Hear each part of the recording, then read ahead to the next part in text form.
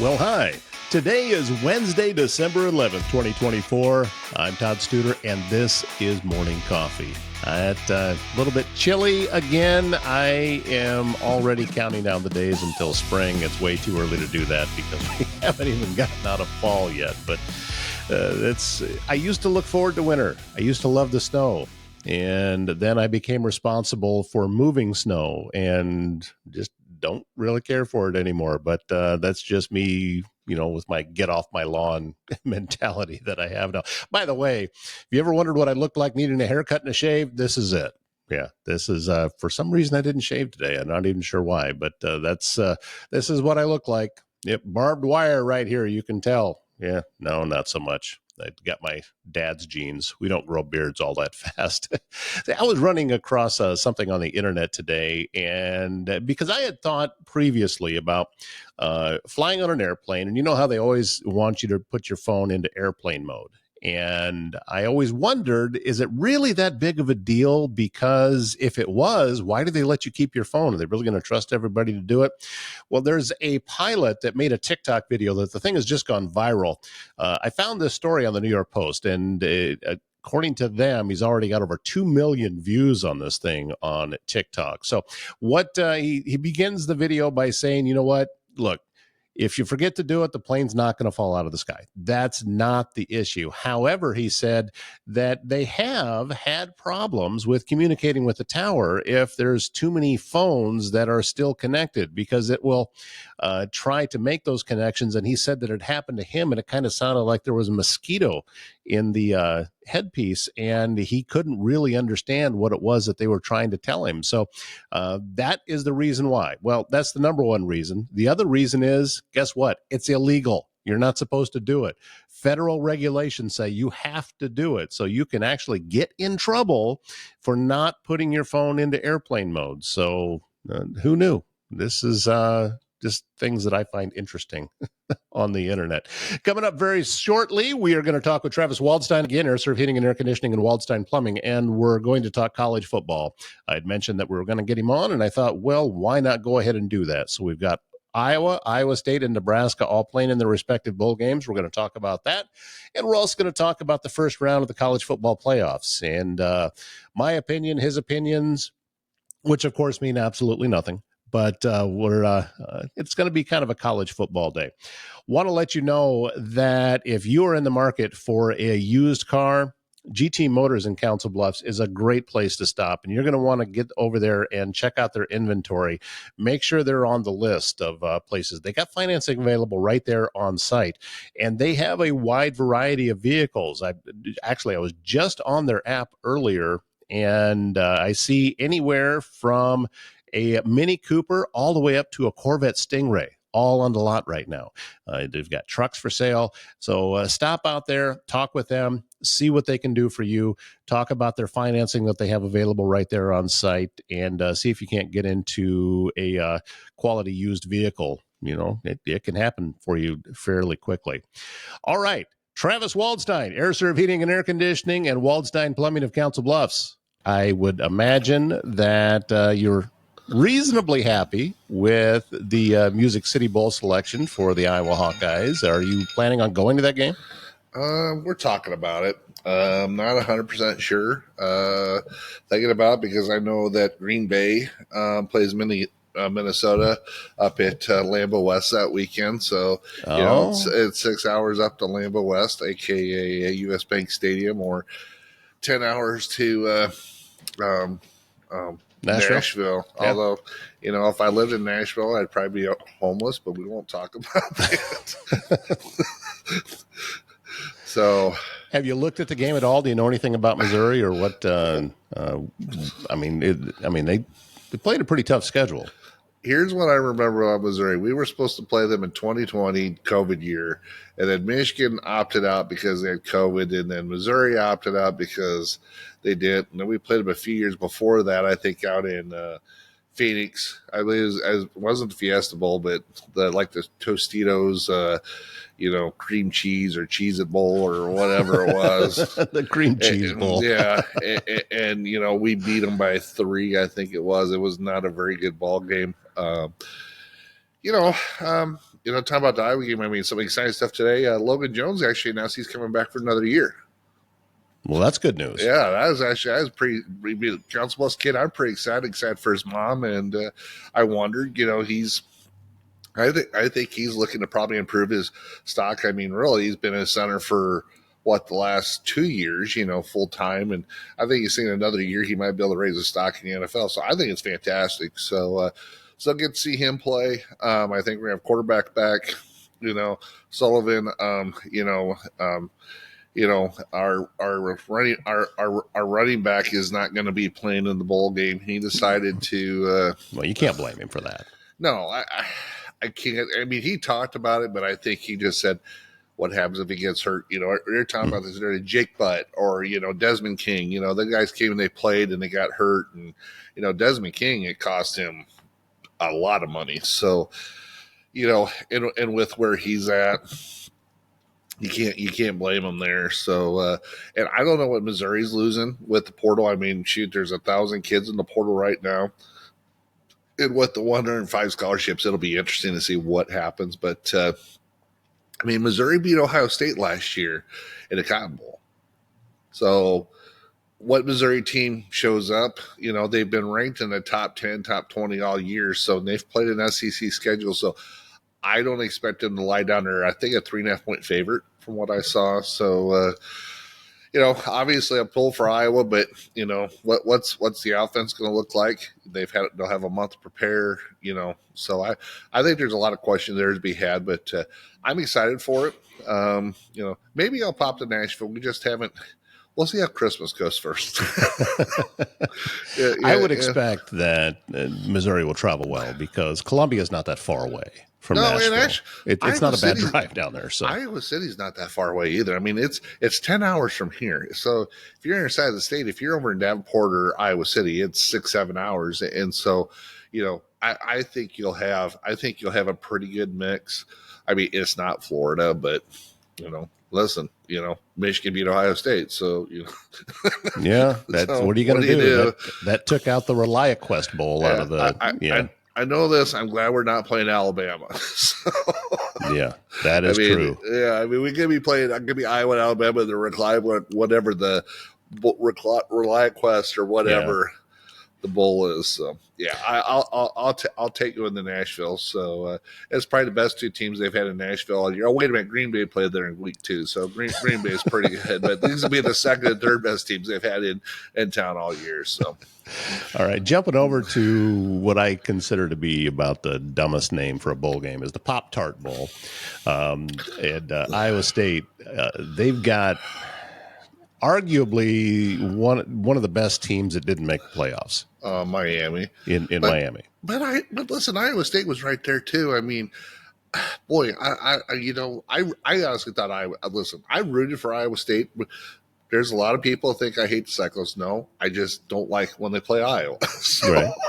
And Campbell's done great with the program.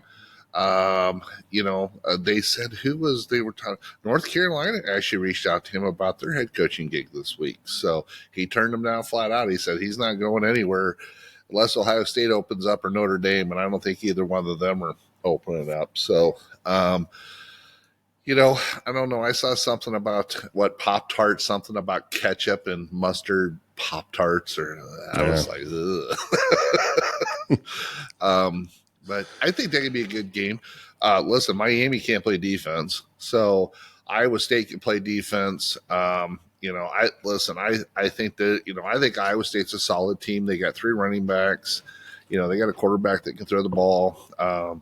They didn't have a good game versus Arizona State, but listen, I think everybody underrated Arizona State for where they're at. That running back that they got, Scooby or whatever his name is, that Shuby, that kid, he could run the football. There was no doubt about it. So I was pretty impressed with them. So, I think Iowa State's got a short drive, but listen, Iowa State's been a top 15 all year. So since they beat, listen, you look at Iowa State still comes back to that game.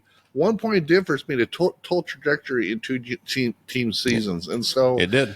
Literally it came down to a point, and, where are these teams if that score's flipped? You know what I'm saying? So I think Iowa State will represent. They'll have, listen, it's cold.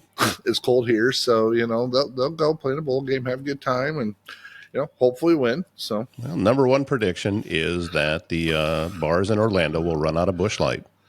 well, yeah, that's give it when any Iowa school. It's like, Busch Light. We gotta ship it in from St. Louis. We don't hardly stock it here around here. That's on the B shelf at the grocery stores down there. But here, here it's like godsend. So that's all right. Orlando beats the heck out of being in Ames. So. Well, weather-wise, definitely. Yeah. And Nebraska fans, it's the Pinstripe Bowl. This is the one that I would never want to go there to play because, going to a bowl game, and yeah, it's New York City, but it's cold. Yeah. Well. And you've got a field crammed into Yankee Stadium. I don't know. To me, it seems I'm not a fan of that particular venue or anything else, but Nebraska breaking the streak. What was it, 8 years without one? Yeah, without a bowl game. So you know what, I think Matt Earl hit on the head because he talked about Wisconsin, how they've had 100 some odd more practices than what Nebraska has because they made it to a bowl game. I think for Nebraska, it's huge. Going back to the 105 scholarship deal, Iowa's had to cut about 20, and they're real close. I mean, Iowa, I think, is going to get down to 105. They've had some guys that have left the program, and I think they're going to balance out.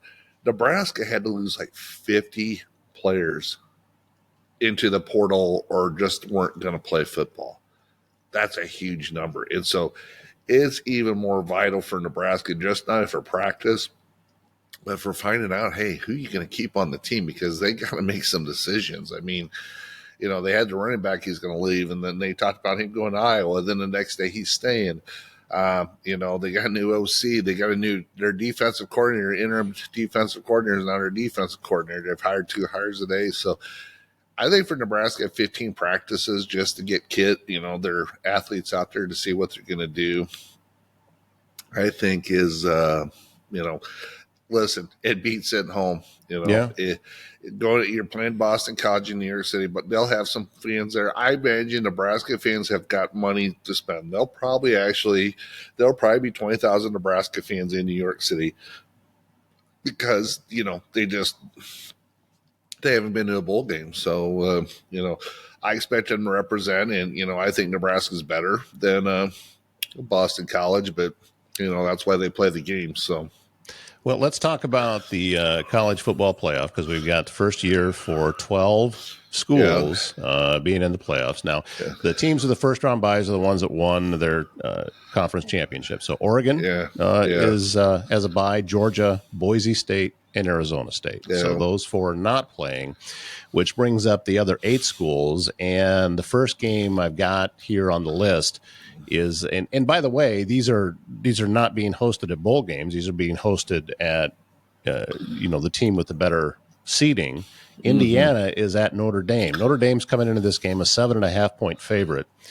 I personally think this is probably going to go the same way that the Ohio State game went for Indiana. I don't know. Boy, I got to remember, Notre Dame lost to Northern Illinois. And, listen, Indiana went and got beat at Ohio State. It's an in-state game. I don't know if you want to call it a rivalry game because Indiana's been just terrible for years. But Indiana can play. I mean, they can play football. And you want to talk about a cherry topper because they're not going to – whichever team wins this is not going to get past their next round game. They're not going to beat Georgia. Sorry. I don't care which team it is.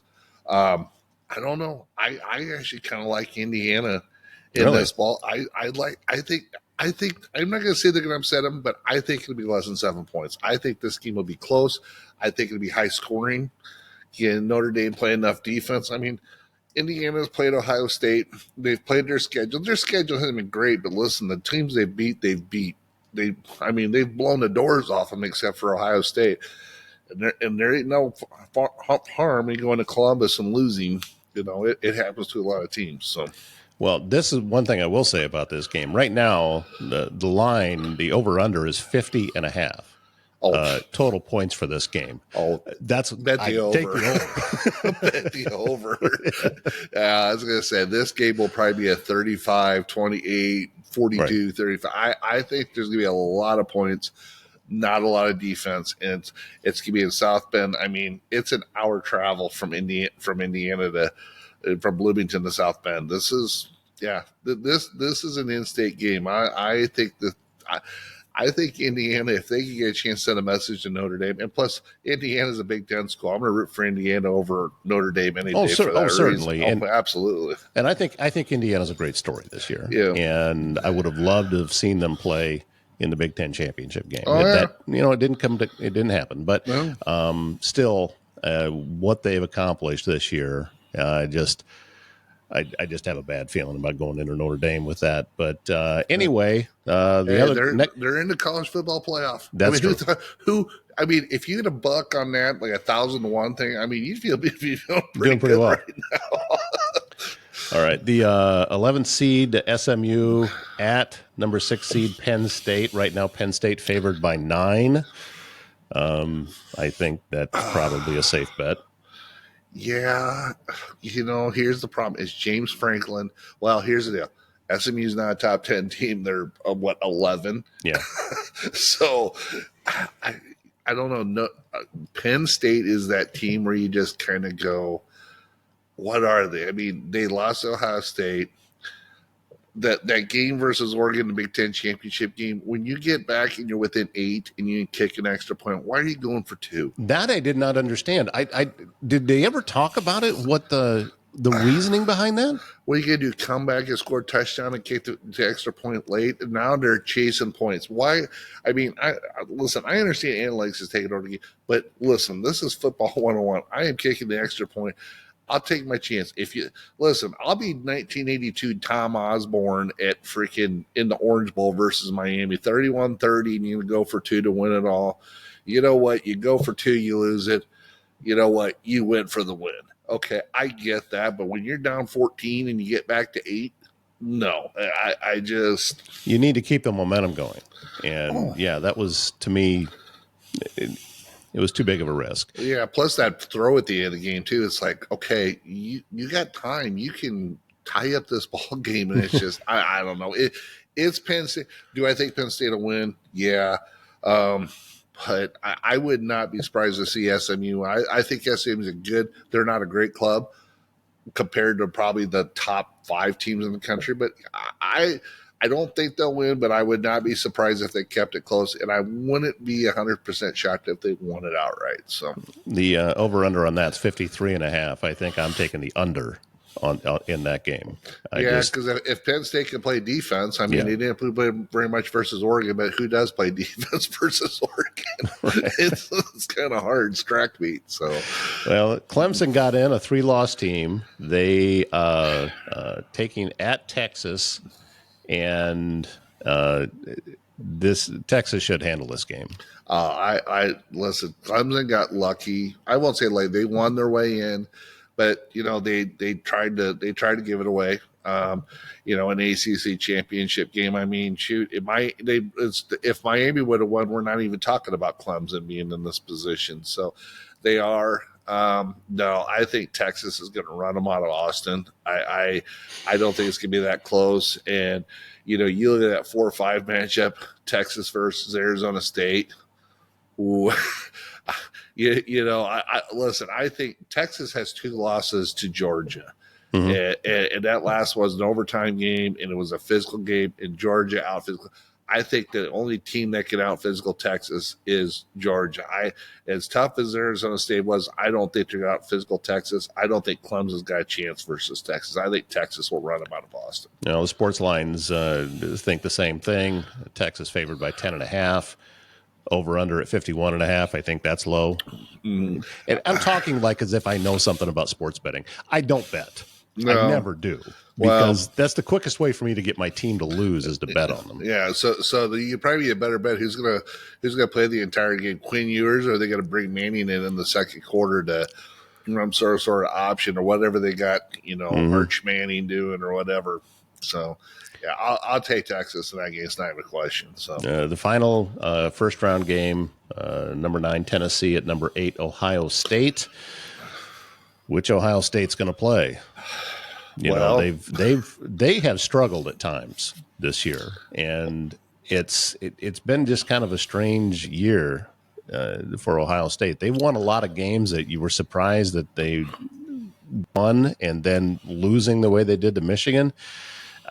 Well, I don't know. I think that, I mean, right now, Ohio State's coming in as a 7-point favorite. I almost would look at Tennessee in this. Well, I went to the Ohio State game, and every fan from Ohio State will tell you they spent $20 million on this football team. And after they lost to Michigan, basically Ryan Day's buyout is $50-some million.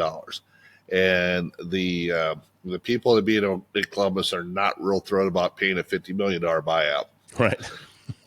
And so, listen, they lost to Michigan. They didn't play in the Big Ten championship game. Ohio State's going to take them as far as what Will Howard will take them. I'm not a huge fan of Will Howard, the quarterback for Ohio State. I think they hit up down. They probably have the most athletes, them in Oregon, except for a quarterback. And Gabriel is a much better quarterback than Will Howard is for Ohio State. But go back to Tennessee. They've played in the SEC. I don't know. What will they do? I mean, they blew out Iowa last year, but listen, Iowa had no offense in the bowl game. I mean, guess what? It wasn't very hard. You score a touchdown and you're going to win ball game. It's in Columbus. I know this. If Ohio State doesn't get up early, like 2 touchdowns, the fans could turn on that team really fast because I think there's a lot of anger from them losing. Well, if they come out and they beat Ohio State or they beat Tennessee and beat them like they probably should, if they're truly have the most athletes in the country, and I do believe that, and they get a rematch at Oregon, I think it's game on because Oregon got lucky they were playing at home. I really believe that. I think Ohio State is better than Oregon, even though Oregon's the number 1 team in the country. But sometimes you have that team you just can't beat. I mean, I'm trying to think. It wasn't Woody Hayes. I'm trying to think who Ohio State had in the late 80s and early 90s. They'd go 11-0. They'd lose to Michigan every year. It didn't matter if Michigan was 5-6 or if they were 10-1. So, I maybe we'll see. I think Ohio State will win it, but I would not be surprised if come out and Tennessee thumps them. But if Tennessee comes out and thumps them, what does that say about the Big Ten? I mean, in all honesty, we really want to see Ohio State get past this game. If they don't, then you got to, how tough was the Big Ten this year? So. Well, and if that happens, and if, Tennessee dominates in the game, Ryan Day is in trouble. I'm not saying he's going to. He'll lose. I don't know that because that's a big number to be attached to your contract to get rid of, and who is out there to replace him, So it just becomes about punishment at that point if you get rid of him. But it's tough. If Ohio State decides to fire Ryan Day, if you're an Iowa State fan, I would be awfully concerned because I think Ohio State would go after Matt Campbell. That's the one. Them or Notre Dame are the 2 schools I've understood that Matt Campbell would leave to do. I don't know that I would because I think he's got everything he wants at Iowa State, including autonomy, and people leave him alone. He won't have that in Columbus. But yeah, if you're an Iowa State fan, you want Ohio State to win that and continue to win this game because you don't want to have the money in Columbus coming knocking on Matt Campbell's door. That would be my opinion on it. Well, I had thought though before, when they were doing so well and winning all these games against top 5 teams that year, and I thought that in Florida was looking for a coach that year, I thought this could be Iowa State could be in trouble hanging on to their coach, but it didn't look like it was even an issue for him. He wasn't going.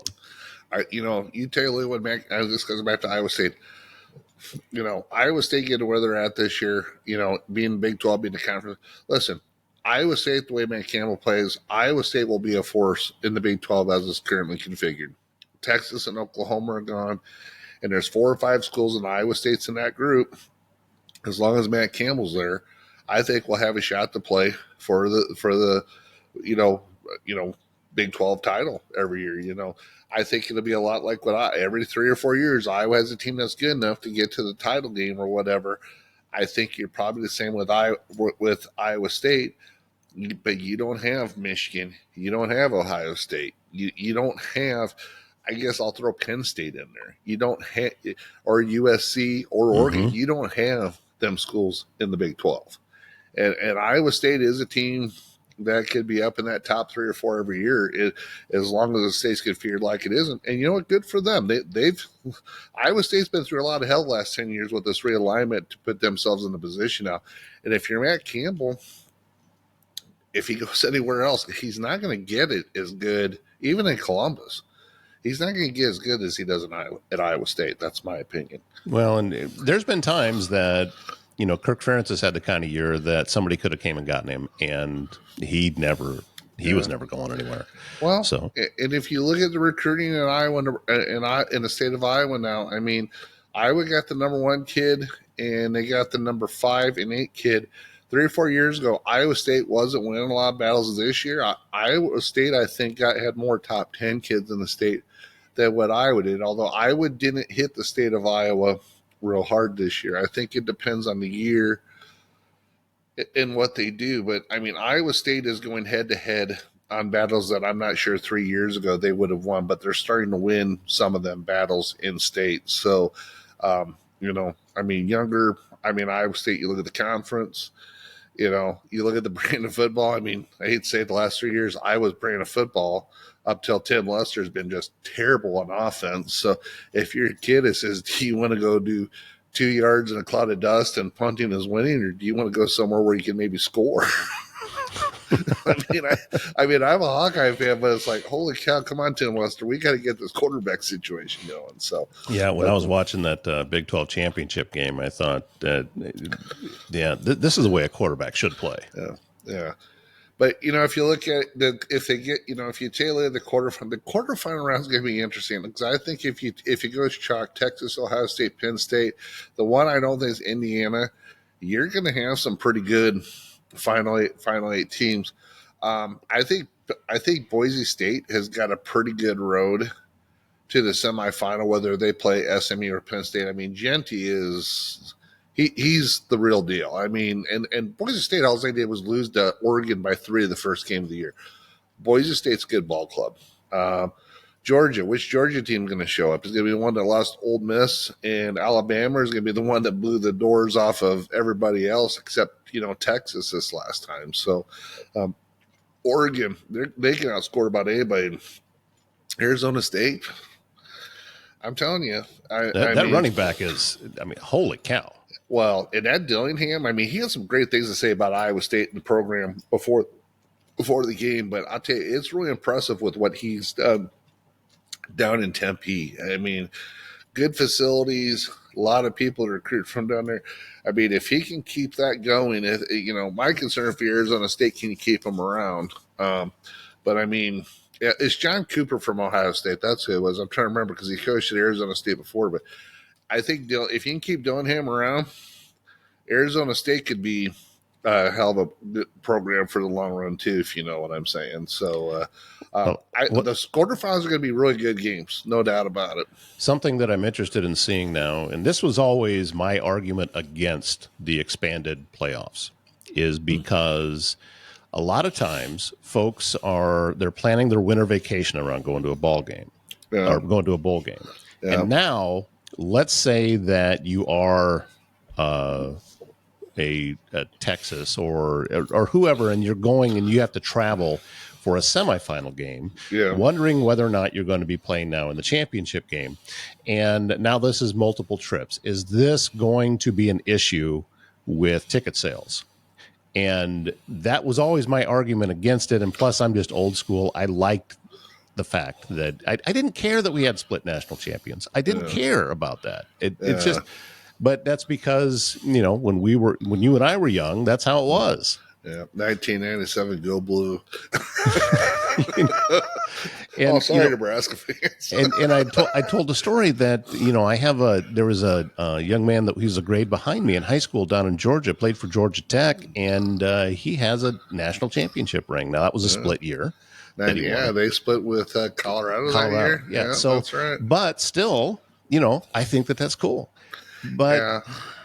Look, I also get it. There's a ton of money tied up in this. I mean, think about all of the, the TV revenue and everything with going to they're still having it at the bowl games. So it's not an additional game that way. Yeah. But, I don't know. I was never a fan of this, but this is what it is now.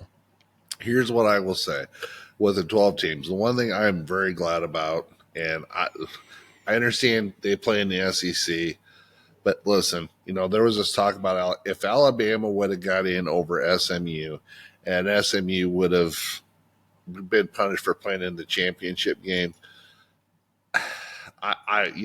Listen, I understand the argument. SEC is probably better than the ACC, blah, blah, blah, blah, blah. But Alabama had 3 losses this year. Their athletic director went out on Facebook or Twitter and made some argument, and it got flagged for inappropriate comments. Says your preseason schedule wasn't the problem; is the fact that you lost 3 in conference. It's pretty bad. It's like, oh well, you know what? Yeah, and that was something too.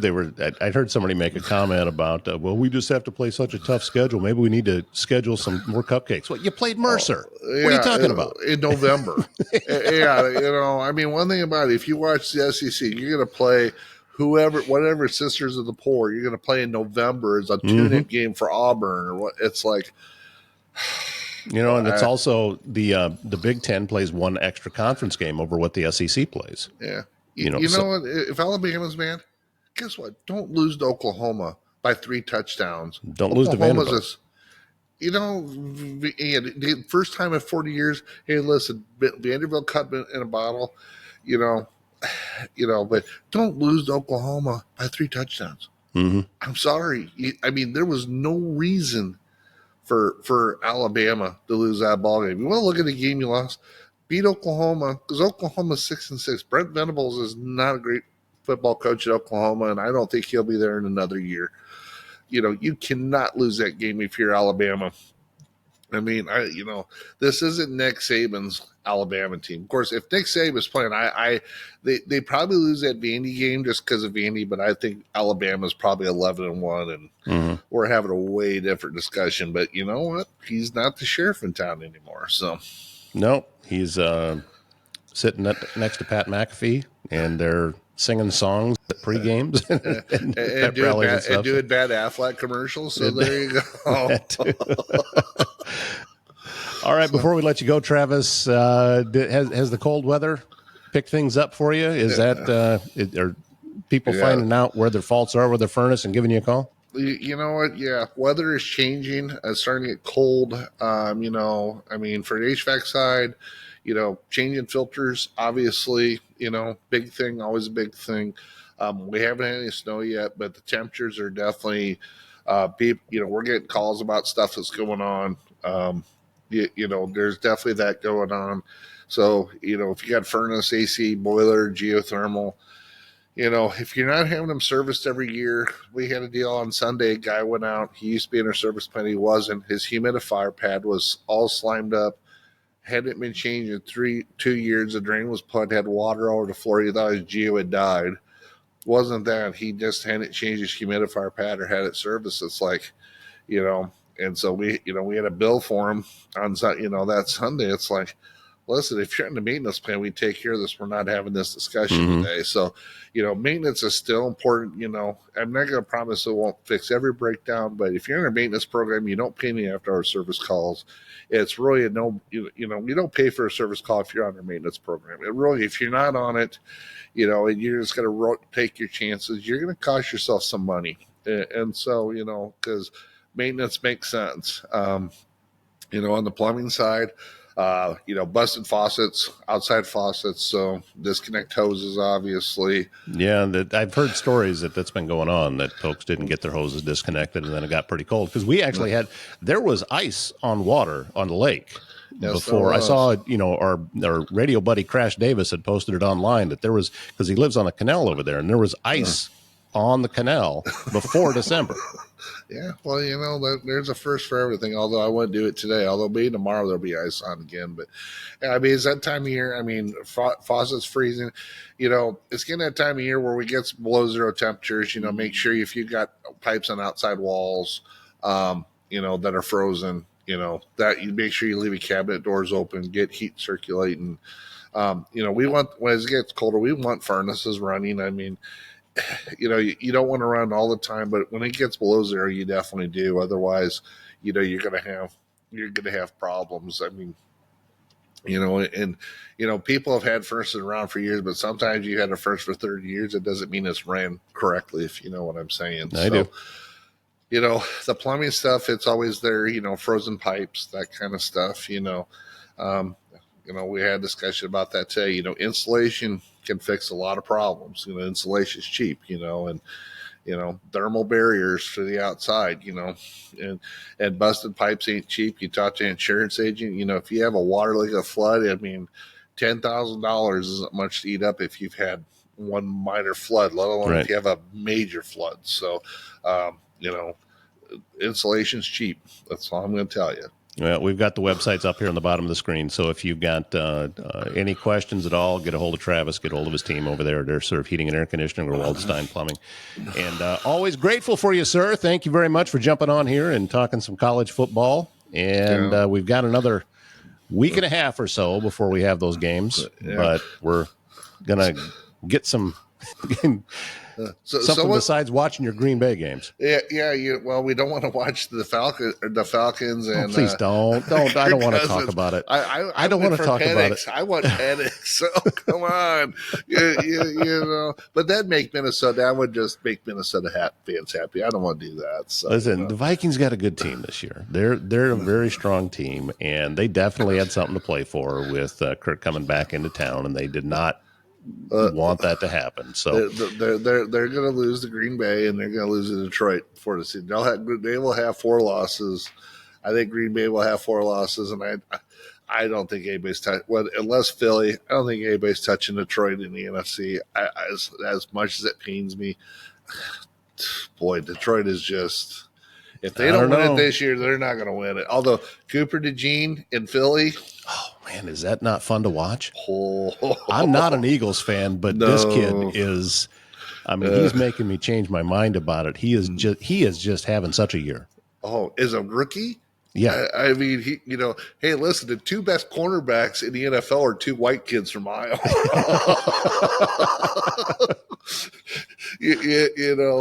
Messing with the boys having something the other day, and they put, we got Cooper DeJean and Riley Moss, and everybody's like, what? Yeah, Cooper is just. I hope he stays healthy, and but he's just. I think that you talk about catching lightning in a bottle. I think that he's done it, and Philly loves him. I mean, they have just fallen in love with this guy. I met him 2 years ago at the College World Series. I actually sat right by him, and he kind of wanted to be left alone. Where him and his girlfriend talking, kind of got him to talk a little bit. That's everybody wants autographs. He just wants to be a 19, 20-year-old kid. And I'm like, I get it, and great kid, good family, small town, Western Iowa kid. You know what? You don't see that very often. It's like Logan Jones or Max Duggan. You don't see kids like that very often. So you want them to have all the success they can absolutely have. And, God bless them and good for them. So, well, grateful for you, sir.